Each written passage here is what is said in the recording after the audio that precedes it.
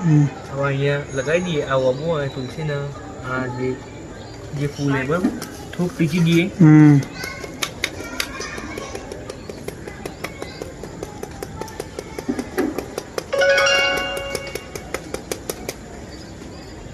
બરાબર હવે અહીંયા લગાવી દઈએ.